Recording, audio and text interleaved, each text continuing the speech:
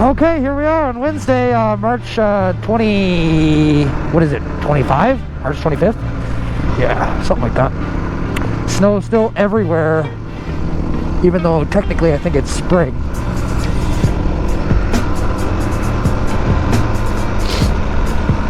Just do it!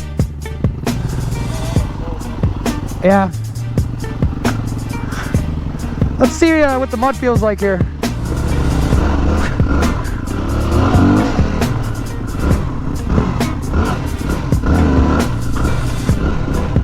Soft, boys.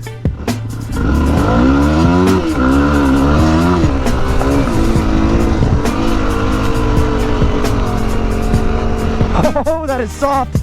That is greasy, greasy soft. Wow.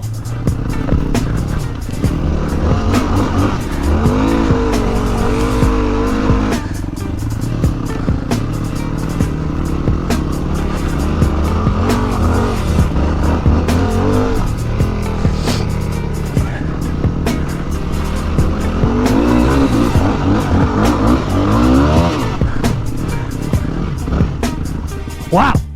Wow, that is soft.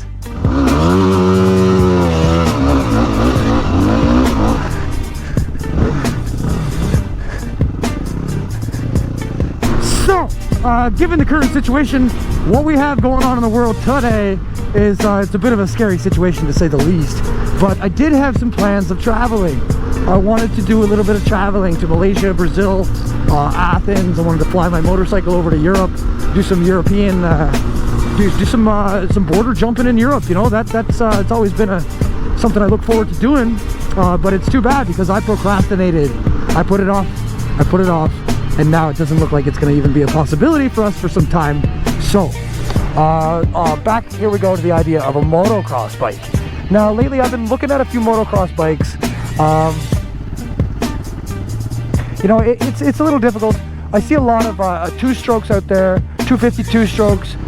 It's pretty typical, you know, those 4-strokes, those like trophy bikes, the YZF 450, the CRF 450R, the you know, the RMZ, the Kawasaki 450.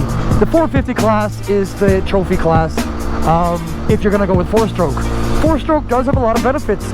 You know, you get good engine braking, predictable power, lots of snap right from the bottom end. So you do get a lot of perks. The only negative that I find with 2-strokes, or I mean, the only negative that I find with 4-strokes is the high maintenance schedule. The 4-strokes, the race bikes, very high maintenance schedule. You know, you're talking oil changes every 5 or 6 hours, valve checks every 50 hours or something like that. Really high maintenance machines, and expensive to repair should you find yourself with any kind of issues. You know, and that's what gravitates me to these 2-stroke machines, is that, man, I can do a complete 2-stroke top end rebuild in a couple hours like nobody's business, and it's cheap, easy to do. Maintenance is, you know, cost of ownership in the long run is quite low. You know, there's not a high expense associated with 2-strokes. 4-strokes on the other hand, you know, this really only applies to motocross bikes, the high maintenance schedule associated with the 4-strokes. Because I'm sitting on a 4-stroke right now, the WR250R. This thing, it's purpose built. You know, it's a cross country, dirt trail, adventure bike. You know, smaller size adventure bike is what this bike is geared towards. It's not geared towards high compression ratio racing. You know, where you put those kind of strains on your valve timing and everything else. So, you know, I'm gonna have a look around tonight at a couple other bikes. Look around for some 2-strokes. Not easy to find. I found a CR 500cc 2-stroke, but it's a 1994. Looks like it's in great shape, but you know, that bike is just not a nimble bike, and I am not a huge guy. I don't need a 500cc 2-stroke.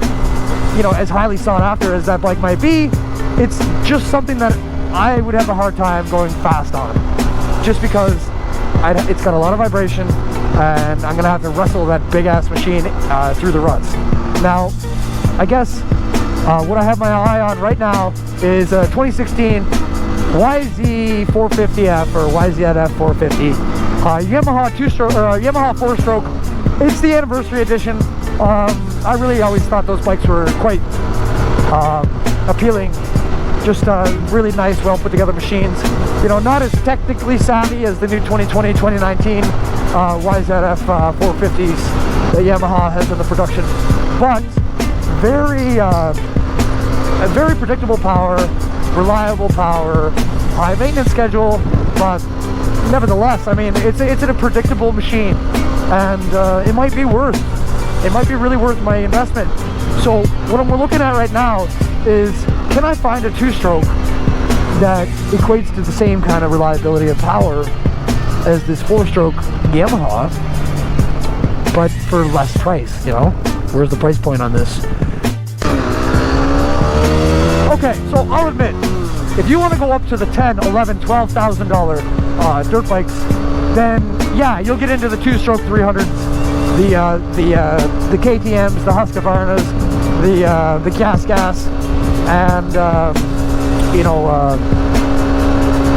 I forget the name of it, Shirko.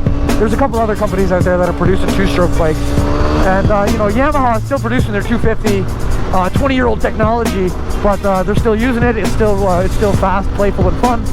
And to be honest, that's what I'm looking for. I'm not looking to compete out here on the motocross circuit. I'm looking for fast, reliable, fun, cheap to repair, a little bit more power than I want to have to handle.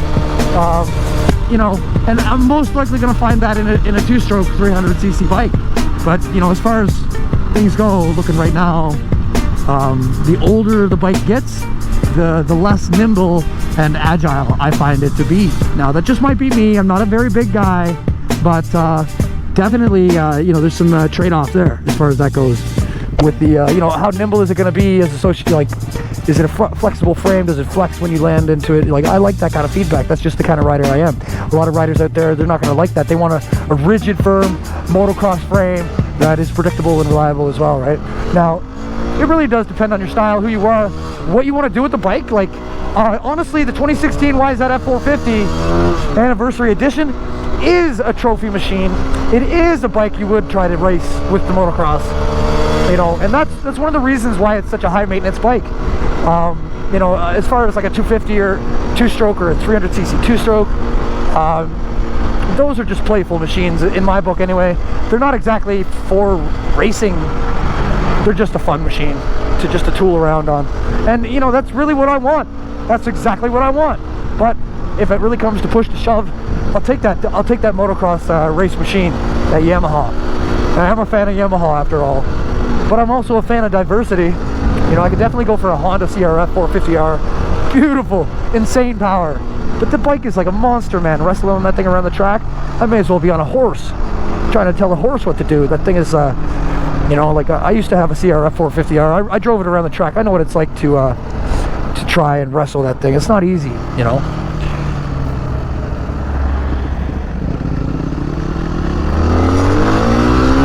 Some people don't know how to drive. Some people don't know how to drive. They're so slow everywhere they go. But that's okay. That's okay.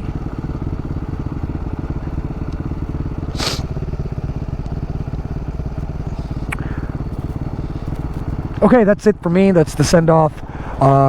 Just to keep you guys up to date, I am still shopping around, looking around for bikes. You have any suggestions or comments you want to add? Please feel free to add your comments below. Like the video, suggest the bikes you like.